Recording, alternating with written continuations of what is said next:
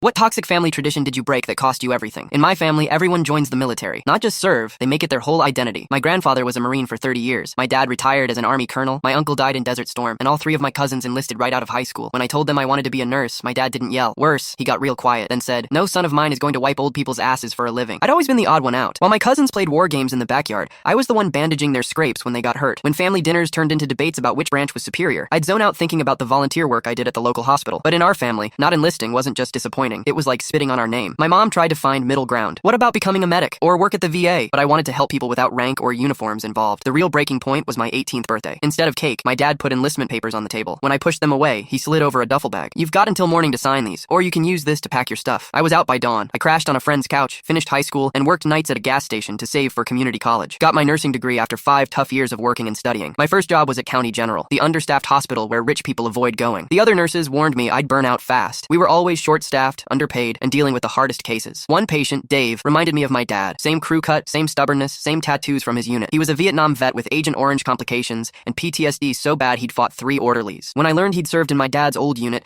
I nearly requested a transfer. That's exactly what my family would have expected. But this was precisely why I'd become a nurse instead of a soldier. Sometimes the bravest thing isn't running toward gunfire, it's sitting with someone while they face their demons. The turning point came during a bad night when Dave had flashbacks. Instead of calling security, I just sat with him until morning, listening to war stories I'd heard versions of my whole life, but never from this side. After that, the other vets on the floor started asking for me. Without telling anyone, I started a support group that met in the hospital cafeteria after my shifts. That's when everything blew up. The hospital newsletter ran a small piece about our group with a photo. Someone from my dad's old unit recognized me. The headline just said, "Local nurse starts veteran support program," but the military community is small. My uncle showed up at the hospital during my shift. "You refused to serve, but now you're playing hero to real soldiers," he said. "Your father was right about you." The hospital administration called me in, worried about the confrontation. Veterans Affairs got involved. Some vets defended me, saying I was doing more for them than the system. Others called me a fraud for never serving. Dave stood up at a VA town hall. "This kid's the only one who treated me like a person, not a uniform," he said. "Where were the rest of you when I was sleeping in my car?" I kept my job, but lost what was left of my family connections. My dad told relatives I was dead to him. They returned my Christmas cards. My cousin blocked me when I tried to congratulate him on his promotion. Last week, Dave died. At the memorial, a young guy in an army uniform approached me. "You're the nurse my grandpa talked about," he said. "I ship out next month, but I'm coming back to use my GI Bill for nursing school." My mom sent a text yesterday, just a photo of my dad's medicine organizer with a note. "He's too proud to call, but he asks about you whenever I come back from getting his prescriptions filled."